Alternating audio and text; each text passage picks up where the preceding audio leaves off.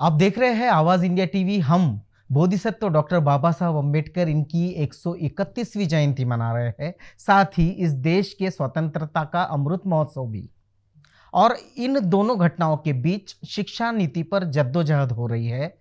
शिक्षा नीति में बदलाव हो रहे हैं और ये कहा जा रहा है कि जिसको हम विश्व गुरु कहते हैं, इस शिक्षा नीति से भारत विश्व गुरु बन सकता है। इस शिक्षा नीति से क्या हो सकता है, इसी पर चर्चा होगी। डॉक्टर कुलदीप रामटेके जी जो शिक्षाविद है, शिक्षा क्षेत्र में अच्छी जानकारी रखते हैं। सर, आपका बहुत बहुत स्वागत और अभिनंदन कि हम लोग अमृत महोत्सव भी मना रहे हैं और बाबा साहब की 131वीं जयंती भी मना रहे हैं।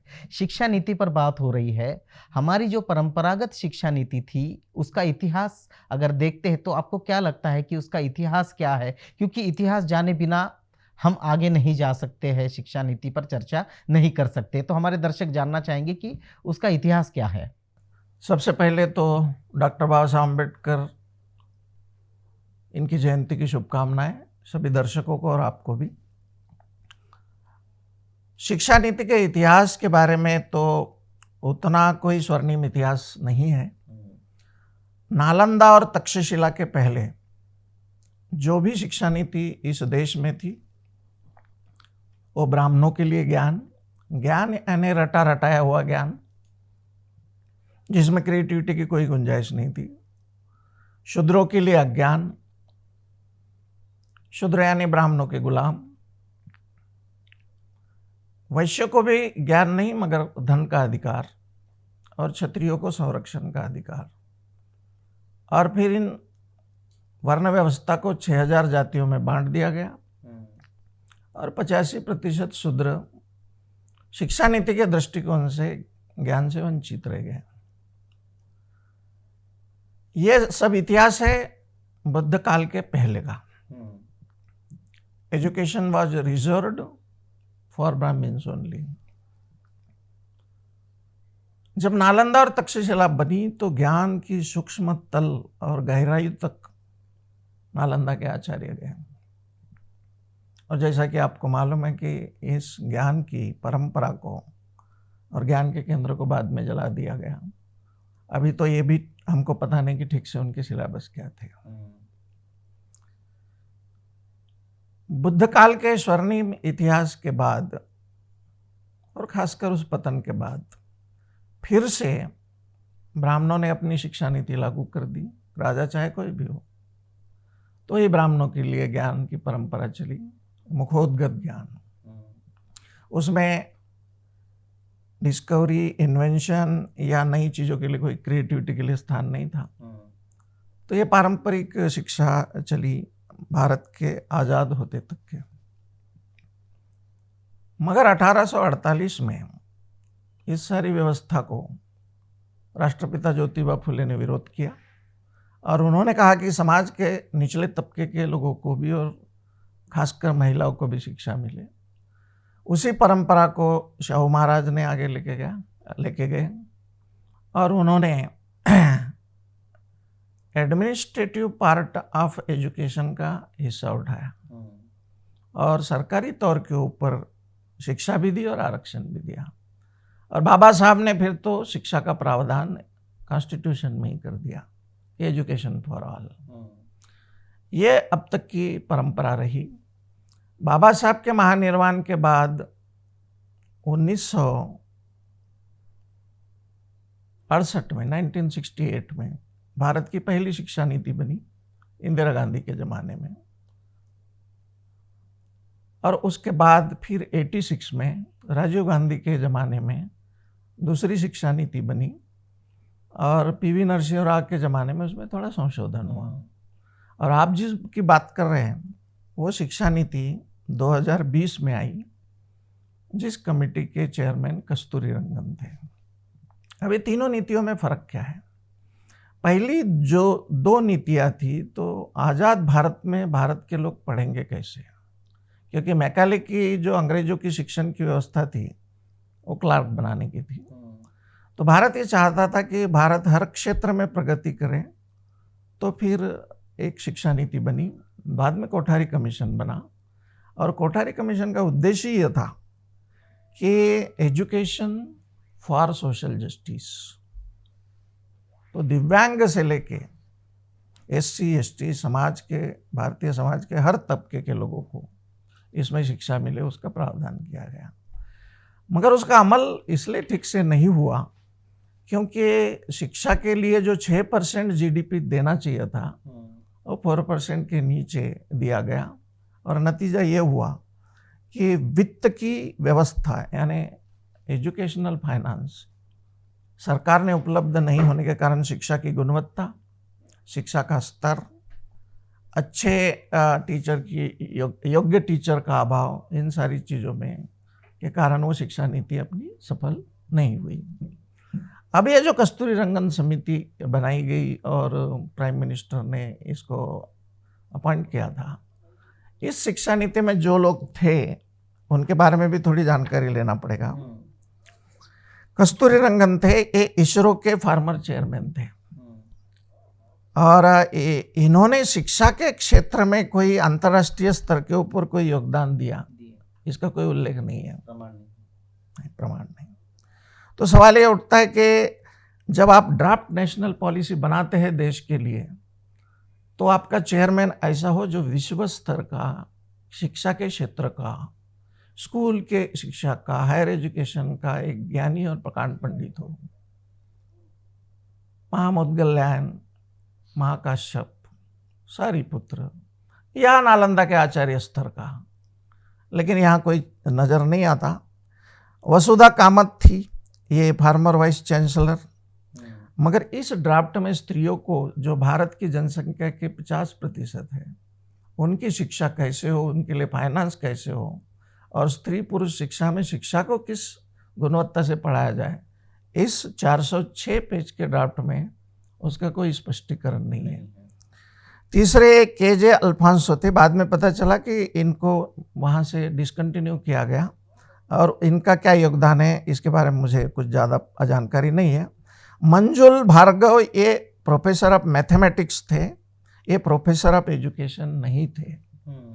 मंजुल भारतीय, ये प्रिंसटन यूनिवर्सिटी में पढ़ाते हैं, USA में, यूनाइटेड स्टेट ऑफ अमेरिका में, और ये सिर्फ मैथमेटिक्स के जानकार हैं।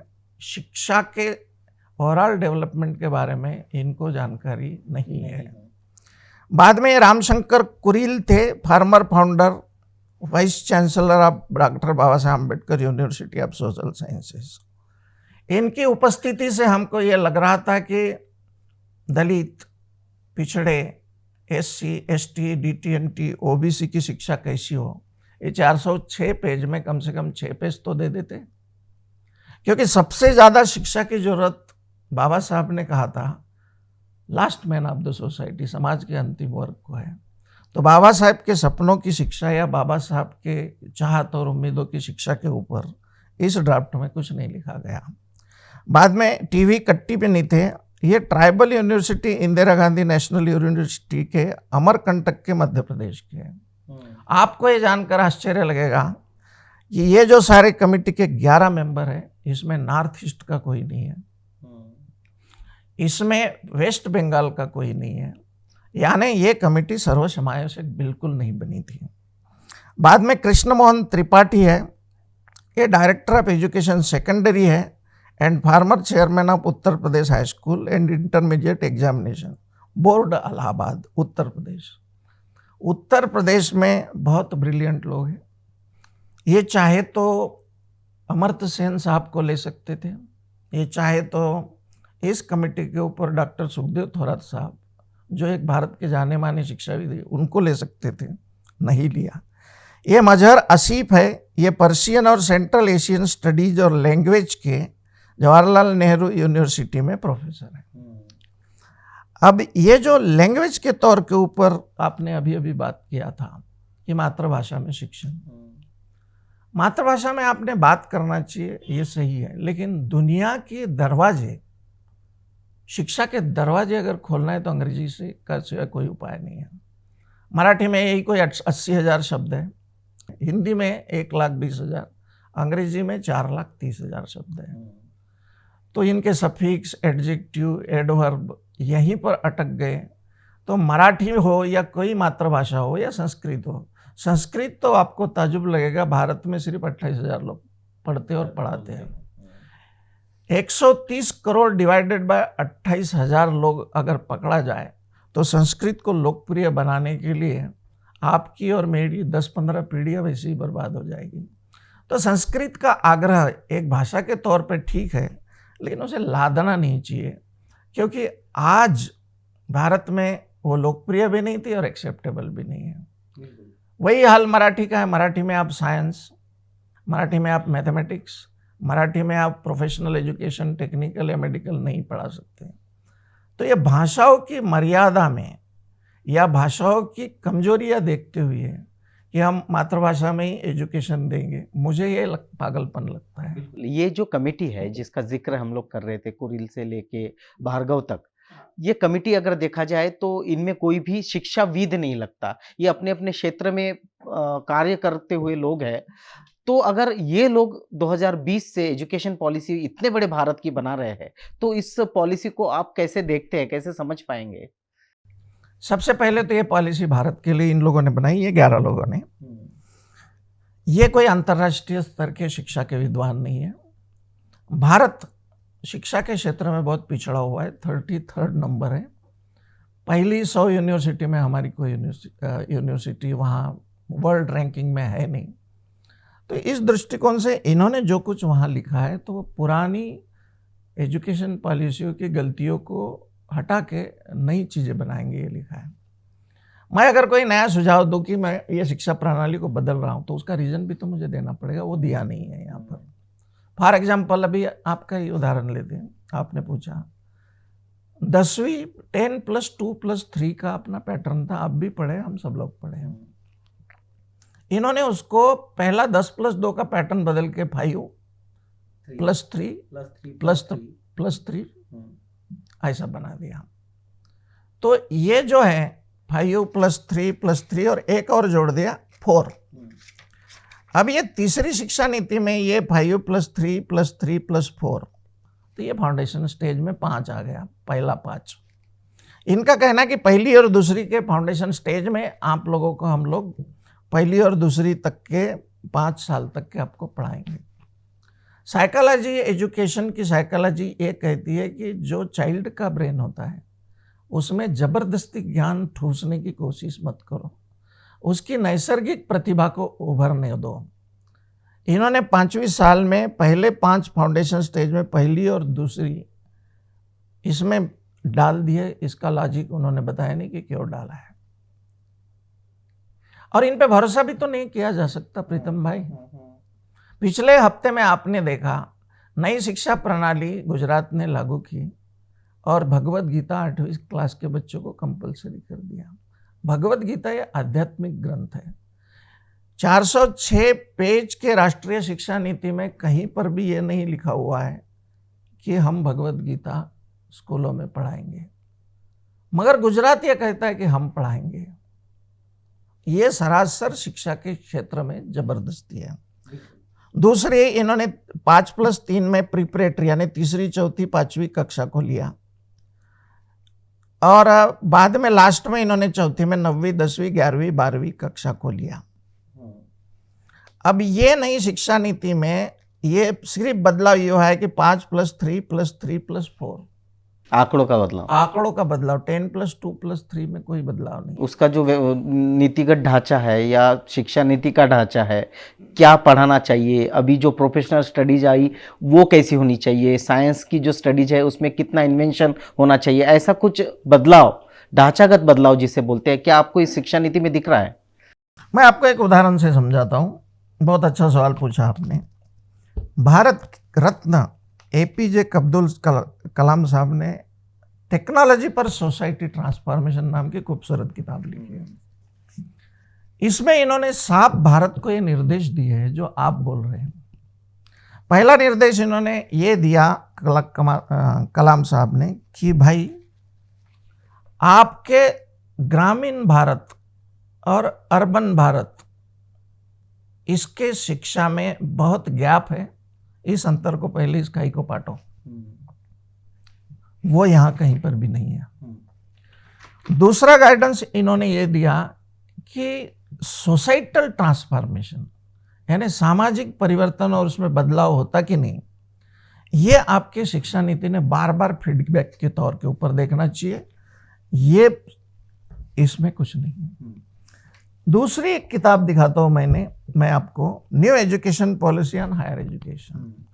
ये लिखा है मनोज सक्सेना ने। अब ये मनोज सक्सेना इस किताब में ये लिखता है कि नई एजुकेशन पद्धति अच्छी है, और हमने टीचर से पूछा। विडंबना यह है कि भारत में 406 पेज की शिक्षा नीति पढ़ने वाले 1 लाख के ऊपर लोग ज़्यादा नहीं है, और उसमें से मैं एक हूँ। मैं कई यूनिवर्सिटी में घुमा, मैंने बोला पहले आपने ड्राफ्ट पढ़ा क्या? वो कहते हैं हमने नहीं पढ़ा। तो ये जो अज्ञान है लोगों में शिक्षा नीति के बारे में, ये शिक्षा नीति के बारे में ये कुछ नहीं बताते। इसका फ्लॉ क्या है मैं बताता हूँ आपको। सबसे पहले ड्राफ्ट रिलीज हुआ, मैंने ऑब्जेक्शन लिया, आप इस संस्कृत की जबरदस्ती नहीं कर सकते, 28,000 का लोग पढ़ते हैं, आप मुझे उसका फार्मूला बताइए, लैंग्वेज फार्मूला।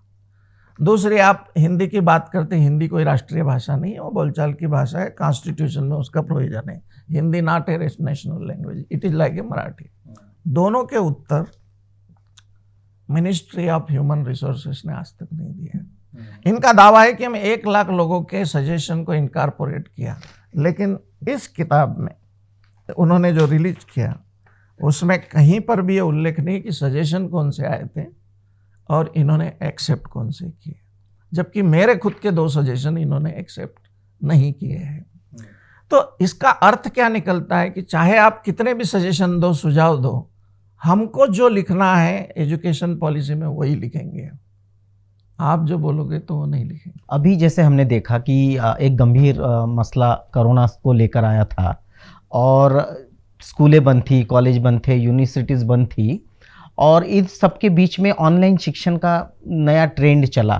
क्या इस शिक्षा नीति में जो बहुत बड़ी गैप हो गई है, जो ग्रामीण के बच्चे हैं जिनके पास कोई गैजेट नहीं, जिनके पास कोई मोबाइल नहीं, और जो शहरी बच्चे हैं, शहरी बच्चों में भी वो जो हायर मिडिल क्लास या हायर क्लास के बच्चे हैं जिनको इंटरनेट और गैजेट, लैपटॉप और इनकी सुविधा है, इस शिक्षा नीति में ऐसे बच्चों और जो ऐसे बच्चे हैं जिनके पास सारी सुविधा है, इनकी जो गैप है, इनको मिटाने के लिए कोई पॉलिसी इस एजुकेशन सिस्टम में है? जी, ये पूरे 406 पेज में जो सवाल आपने उठाया जो काफ़ी महत्वपूर्ण है, उसके बारे में कोई उल्लेख नहीं है। उन्होंने सिर्फ इतना कहा है अंग्रेजी में, we will encourage digital education, हम लोग डिजिटल एजुकेशन को बढ़ावा देंगे। लेकिन ये कहीं भी नहीं लिखा है कि we will solve the problems of actual digital education. ग्रामीण इलाकों में नेटवर्क नहीं मिलता, याद रखिए आप, डिजिटल एजुकेशन या ऑनलाइन एजुकेशन या एजुकेशन नहीं होता, ये सिर्फ आप उनको इंफॉर्मेशन दे सकते हैं। कक्षा की 4 दीवारी में जब शिक्षक विद्यार्थी और किताब के बीच में जब एक सूचना का दूत बनता है, मैसेंजर ऑफ नॉलेज, वो सही शिक्षा है। You can give instruction online but you cannot give education. What is education? Education is combination of knowledge plus information plus training. Online education is missing in actual presence of teacher. That is the problem.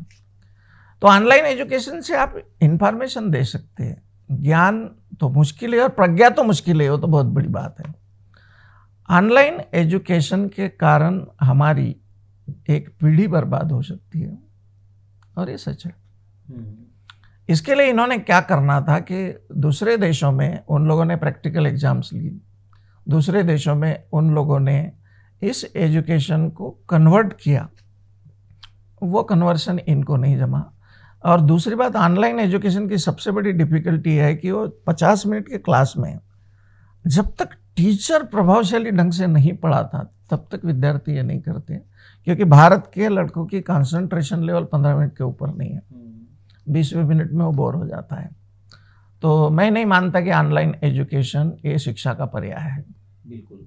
और एक बात है कि ये कहा जाता है, पहले से शिक्षा नीति आई या शिक्षा शुरू हुई, कि ये बिजनेस या जो भी है ये नॉन प्रॉफिटेबल है, इसमें प्रॉफिट को कोई तवज्जो नहीं दी जाती। बिल्कुल शिक्षा ये पवित्र काम है और देश के भविष्य के लिए देना चाहिए।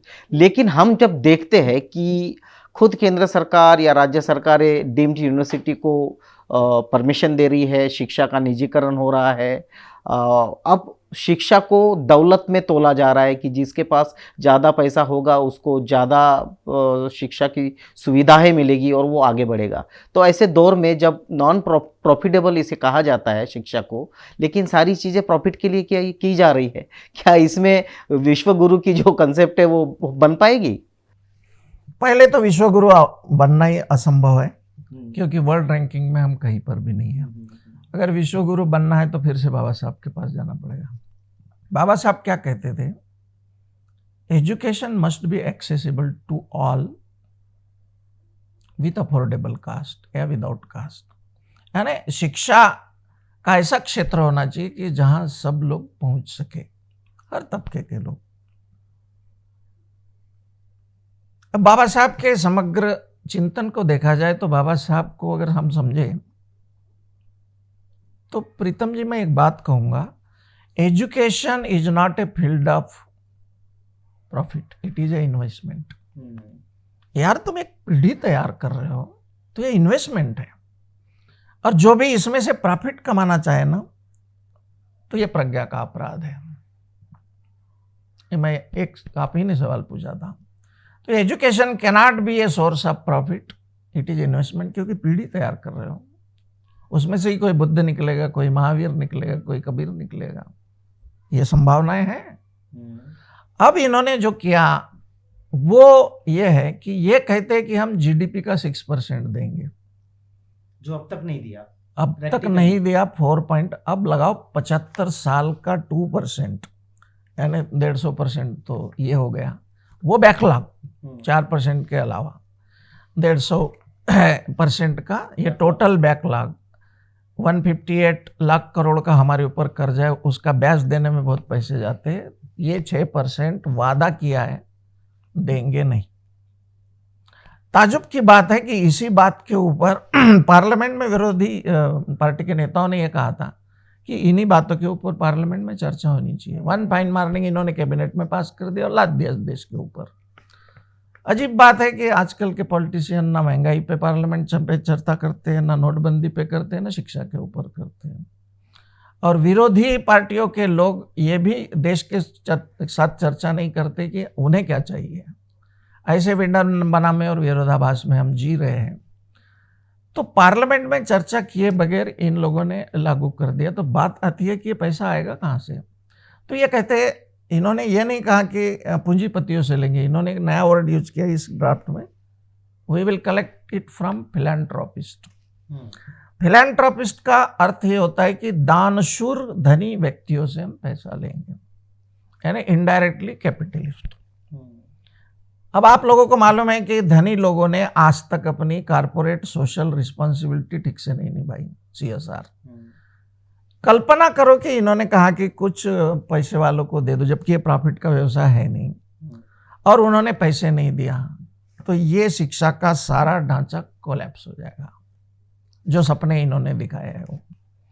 तो ऐसी प्रपोजल जो फिजिबल नहीं है, हम फिलैंथ्रोपिस्ट से पैसा देंगे, सरकार देंगी, ये कोई प्रैक्टिकल लगता नहीं। इसके लिए मेरा सुझाव यह है कि अगर प्राइम मिनिस्टर को लगता है या एजुकेशन मिनिस्टर को लगता है तो वो व्हाइट पेपर निकाले और अकाउंटेबिलिटी पूरे देश को बताए कि यस हम 6% डेफिनेटली देंगे इंफ्रास्ट्रक्चर के लिए, और हम हर पूंजीपति को ये कंपलसरी कर देंगे कि एजुकेशन के लिए इतना पैसा दो। तो हम 138 करोड़ लोगों के शिक्षा के भविष्य को, उनके बाल बच्चों के भविष्य को निर्धारित करने चले हो, तो ईमानदारी से कुछ चीजें कबूल तो करो। ये उसकी सत्य स्थिति। बिल्कुल। एक गंभीर मुद्दा और भी है कि चाहे JEE हो, चाहे नीट हो, चाहे पेट हो, चाहे जितने भी एंट्रेंस है हम देखते हैं, नेट सेट है, ये जब एंट्रेंस एग्ज़ाम देते हैं बच्चे तो इनके लिए पूरे देश में एक सिस्टम लागू की गई है कि बड़े बड़े ट्यूशन्स है, बड़े बड़े बैनर्स है, कोटा और ये, और वहाँ सभी धनी लोगों के बच्चे जाते हैं। 2-2 लाख 3-3 लाख उसकी एंट्रेंस एग्ज़ाम की फ़ीस पे करते हैं, उसके बाद प्रिपेयर करके उस क्षेत्र में वो एंट्री करते हैं। लेकिन इस सारी प्रणाली में जो हमारा ग्रामीण बच्चा है, जो गरीब बच्चा है, जो उन क्लासेस में नहीं जा पाता है, इसके लिए इस शिक्षा नीति में उनके दरवाजे मेडिकल को खोलने के, आईआईटी को खोलने के लिए कोई दरवाजे दिखते हैं आपको? नहीं। पहली बात तो भारत ने नीति लादने के बजाय फ्रेमवर्क बनाना था। पाकिस्तान से लेके फिनलैंड तक, और फिनलैंड तो आपको मालूम है कि वर्ल्ड में अच्छी शिक्षा मानी जाती है। दुनिया में जो टॉप के देश है ना, उन देशों ने ट्यूशन नाम की चीज को बिल्कुल तवज्जो नहीं दिया है, जो आप कह रहे हैं। करोड़ों रुपया खर्चा करके, लाखों रुपया खर्चा करके ट्यूशन लगाना, फिर स्पर्धात्मक परीक्षाएं पास करना। मुझे याद आ रहा है एक भाषण बाबा साहब का। बाबा साहब ने एग्जामिनेशन को एजुकेशन से बाजू में रखा था। You cannot compare education system और लेवल ऑफ एजुकेशन और outcome of education through examination. Examination very small thing.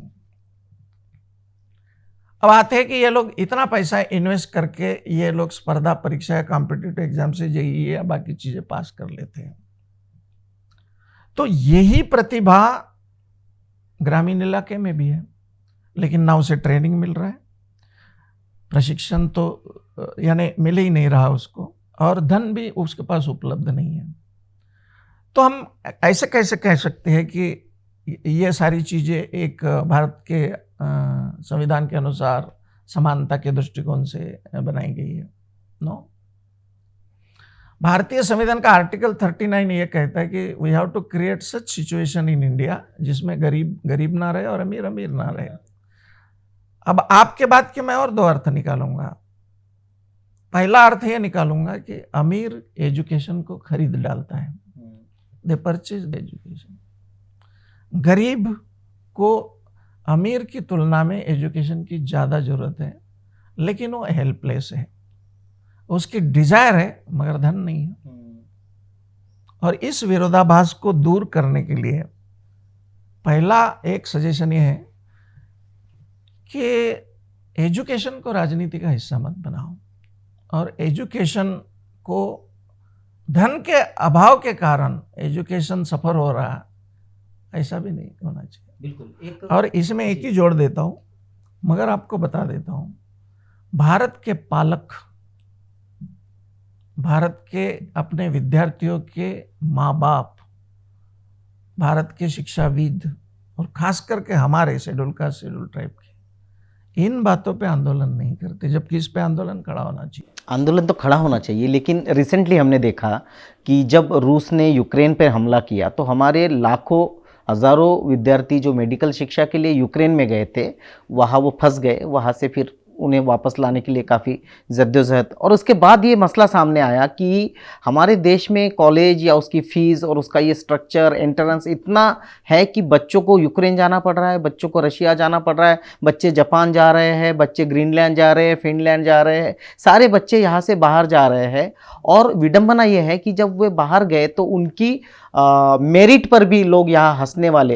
तो ये नई शिक्षा है, इसमें इस तरह के इंफ्रास्ट्रक्चर खड़े हो कि बच्चे फॉरेन ना जाए, बच्चे अपने देश में ही वहाँ की जो क्वालिटी है उस क्वालिटी का एजुकेशन हमारे देश में ही मिले, ऐसा कोई ढांचागत बदलाव भी क्या आपको इस एजुकेशन सिस्टम में, पॉलिसी में दिखाई दे रहा है? मैंने 406 पेज, जैसा कि मैंने बताया आपको, पढ़ा हुआ देश में गिने चुने लोगों में से हूँ। पहला सवाल, जो ये ढांचा है ना एजुकेशन का, इसको जॉब से जोड़ा नहीं गया, नंबर 1। ये सबसे बड़ी हार है। पीएचडी वालों को जॉब नहीं मिल गया, आप देख रहे हैं 5.3 करोड़ लोग आज बेरोजगार है देश में। दूसरा जो सवाल महत्वपूर्ण है वो ये है कि पर्टिकुलरली तुम अपने बच्चों को जब हायर एजुकेशन देते हो तो कॉस्टली कितना करोगे। मेरा सवाल दूसरा है, हमको देश में हर साल कितने इंजीनियर लगेंगे, कितने डॉक्टर लगेंगे, और कितने हमने तैयार करना चाहिए, इसका कहीं पर भी गणित ये शिक्षा नीति अभी भी नहीं बिठालती, और आज़ादी के बाद में किसी ने भी नहीं बिठाला। अब आप देखो कि डिग्री होल्डर और मास्टर डिग्री वाले इंजीनियर 10-10 हज़ार में काम कर रहे हैं। ये हायर एजुकेशन का पूरा अपमान है। दूसरी तौर पे आप बोल रहे कि यूक्रेन में जाते हैं, बाहर जाते हैं हमारे बच्चे, कौन जा रहे हैं? जिनके पास पैसा है वही जा रहे हैं, जिनके पास पैसा है वो नहीं जा रहे हैं। अन्य प्रदेशों में भी जो बाबा साहब अम्बेडकर शिष्यवृत्ति योजना है, या इधर ये है, 11 करोड़ लोगों में से आप 100-200 लोगों को भेजते हो, कम से कम 1,000 लोगों को तो भेजो बच्चों को। तो इसका भी अनुपात कौन ठहराता है मुझे नहीं मालूम। इन ए नटशेल गवर्नेंस ऑफ एजुकेशन बोलते हैं ना, शिक्षा का प्रशासन और उसके निर्णय, ये लेने में भारत से बहुत बड़ी चूक हो गई है। और हम लोगों ने पॉलिटिशियन को अधिकार दे दिया है कि शिक्षा के बारे में आप ये लो। जब तक हमारे चिंतक आगे नहीं आते, क्योंकि एजुकेशन में मेरे ख्याल से 108 फील्ड है जहाँ पर हम लोगों ने इंटरफेयर करना चाहिए, वो नहीं करते। आप भी इस क्षेत्र में मीडिया के काम करते हैं, कोई आपको मिला क्या पालक की माझ्या मुलाला किंवा मेरे बच्चे को या मेरी बच्ची को इस तरह की गुणवत्तापूर्ण शिक्षा चाहिए? बस एक परंपरागत ढांचे में अपने बच्चे को डाल देते, उसकी क्रिएटिविटी का कोई सम्मान नहीं, या वो क्या चाहता है इसका कोई सम्मान नहीं। तो ये 3 इडियट की कहानी हो गई है। ये कोई शिक्षा की गुणवत्ता और शिक्षा के प्रसार और शिक्षा के अचीवमेंट की कहानी नहीं है। बिल्कुल, एक नई बात सामने आ रही है कि परंपरा होनी चाहिए एजुकेशन में। हमारा गुरुकुल जो सिस्टम था वो बहुत ज़बरदस्त था, और हमारे साधु संत मुनि ऋषि ये बहुत बड़े विद्वान थे, अब उनको सामने लाना चाहिए, उनका एजुकेशन लेना चाहिए और उस एजुकेशन सिस्टम को लागू होना चाहिए, जिसका जिक्र आपने किया कि गुजरात की यूनिवर्सिटी में भगवत गीता का स्कूलों में भगवत गीता पढ़ाने का काम शुरू कर दिया गया है। तो इस तरह का जो परंपरागत विचारधारा इसमें आ रही है, इसका भगवाकरण करना चल रहा है। क्योंकि हमने बीच में देखा कि बनारस हिंदू विश्वविद्यालय में गोबर के उपले कैसे बनाए जाते हैं, उस पर ट्रेनिंग। ये कहा जा रहा है कि पंचर भी बच्चे को बनाना चाहिए और इसकी ट्रेनिंग। तो ये जो फार्स हो रहा है, इसको हम फार्स कहते हैं, क्योंकि एजुकेशन सिस्टम तो बहुत गंभीर है, लेकिन इस तरह का फार्स जो इस एजुकेशन में आ रहा है या सिस्टम में आ रहा है, और उसको पॉलिटिक्स के साथ, जिसका जिक्र आपने किया, पॉलिटिक्स से साथ जोड़ा जा रहा है। शिक्षा कैसे मिलनी चाहिए उस पर कोई ध्यान नहीं देता, लेकिन क्या हिजाब पहन के आना चाहिए कि नहीं आना चाहिए, इस पर संसद में बहस होती है। तो ये सिस्टम या इस देश का एजुकेशन किस ओर जा रहा है? भारत का एक भी संसद सदस्य अभी तक के इतिहास में भारत के लिए 1 रुपया कमाया या एक आधी प्रज्ञा की बात की, ऐसा कोई सबूत पूरे विश्व में नहीं है। भारत के बारे में बोलता हूँ। विद्यार्थी ने क्या पहनना चाहिए और क्या करना चाहिए, ये उसका अपना मत रहता है। अगर शालीनता से विद्यार्थी रहता है तो उसके कपड़ों के ऊपर नहीं जाना चाहिए। शिक्षा के एक्सपर्ट के या पढ़ाने वालों का एक काम है टू डेवलप द स्टूडेंट। अभी इसी सवाल के ऊपर अमन बात कर रहे थे, मैं भी बात कर रहा था।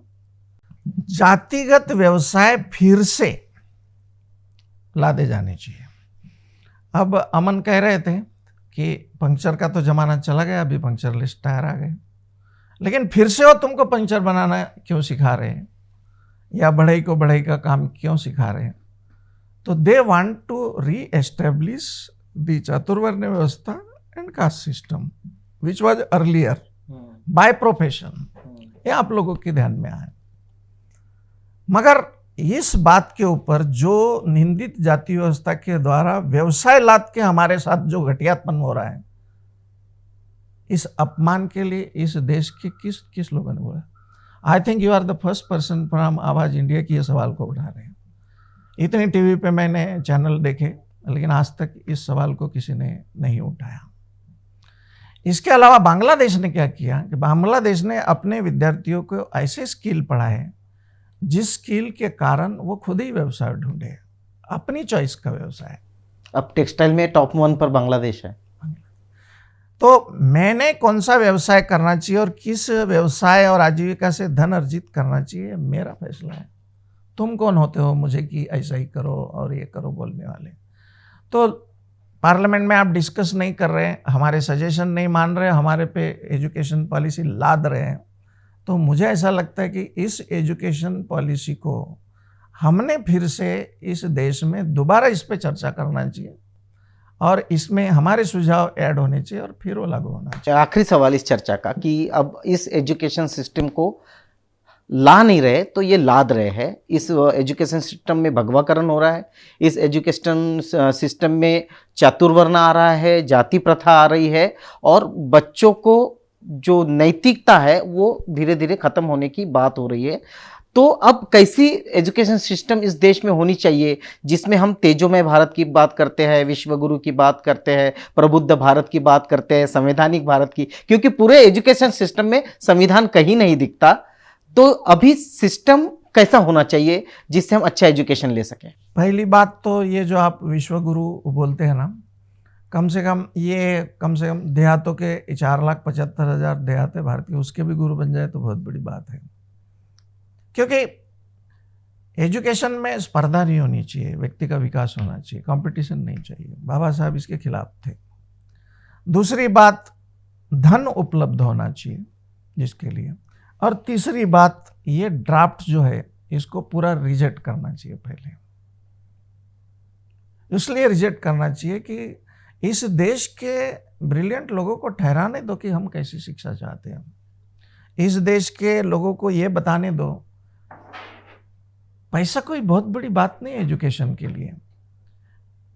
आपको बताओ, एक किताब मैंने पढ़ी, अगर 4% टैक्स, वेल्थ टैक्स अगर इस देश के अरबपतियों पे लगा दे तो देश के खर्चा एजुकेशन का वैसे ही निकल जाएगा। लेकिन ये नहीं लगाते, तो पैसा कोई बहुत बड़ी समस्या नहीं। एजुकेशन में जो पॉलिटिक्स है उसको हटा देना चाहिए। क्वालिटी एजुकेशन और क्वालिटी टीचर की अपने को ज़्यादा ज़रूरत है, वो करना चाहिए। और शाहू फुले और बाबा साहब को फिर से रिक्वेस्ट करना चाहिए उनके विचारों को पढ़ के कि हम इस देश को कैसा चाहिए। और सबसे अंत में आपने नैतिकता की बात की, विवेक की बात की, क्योंकि महात्मा फुले कहते हैं कि कोई भी टीचर, मुख्याध्यापक ब्राह्मण नहीं होना चाहिए, बहुत बड़ी बात कही थी, और वही इस एजुकेशन सिस्टम में आ रहा है। नहीं, ब्राह्मण का अर्थ क्या होता है? जो ब्रह्म में स्थित हो गया, जिसने पदार्थ जगत के परम सत्य को जान लिया। मुझे आप एक बात बताइए, आपको ऐसा कोई ब्राह्मण जीवन में मिला है जिसने पदार्थ जगत के परम सत्य को जान लिया? मुझे तो कोई दिखाई नहीं दे, होगा तो बता दो। तो ये एक कंसेप्चुअल एस्पेक्ट है, इसका रियलिटी से को नहीं देना चाहिए। वर्ण व्यवस्था is itself A politics, it is not actually, ये लादी गई व्यवस्था है। तो अपने को शाहू फुले बाबा साहब के विचारों को फिर से जानना होगा, फिर से उनके पास जाना पड़ेगा, और खासकर भगवान बुद्ध के पास जाना पड़ेगा। क्योंकि म्यूनिक यूनिवर्सिटी में इस पर रिसर्च किया गया, और वो रिसर्च बड़ा शानदार है जो उन्होंने लागू किया, जो भारत ने अभी तक नहीं किया, कि बुद्धिस्ट मेडिटेशन अगर सिलेबस में एक समाविष्ट किया जाए तो विद्यार्थी की ज्ञान नहीं, वो प्रज्ञा के लेवल के ऊपर पहुंचता है।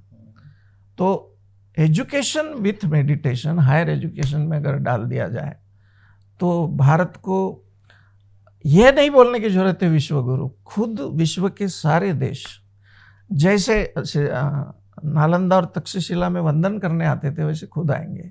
Yes, you have produce something unique. बिल्कुल। तो जैसे नालंदा में लोग आते थे कि विद्यार्थी कैसे पढ़ रहे हैं, क्या वो स्वर्णिम भारत फिर से एक बार दिख पाएगा? और इसी पर चर्चा चल रही थी कि एजुकेशन सिस्टम क्या होनी चाहिए। और हमारे साथ इंजीनियर कुलदीप रामटेके जी थे। सर, आपने वक्त दिया, समझाया लोगों को कि क्या होनी चाहिए एजुकेशन सिस्टम। आपका बहुत बहुत धन्यवाद। थैंक यू एंड जय भीम। आप देख रहे हैं आवाज़ इंडिया टीवी।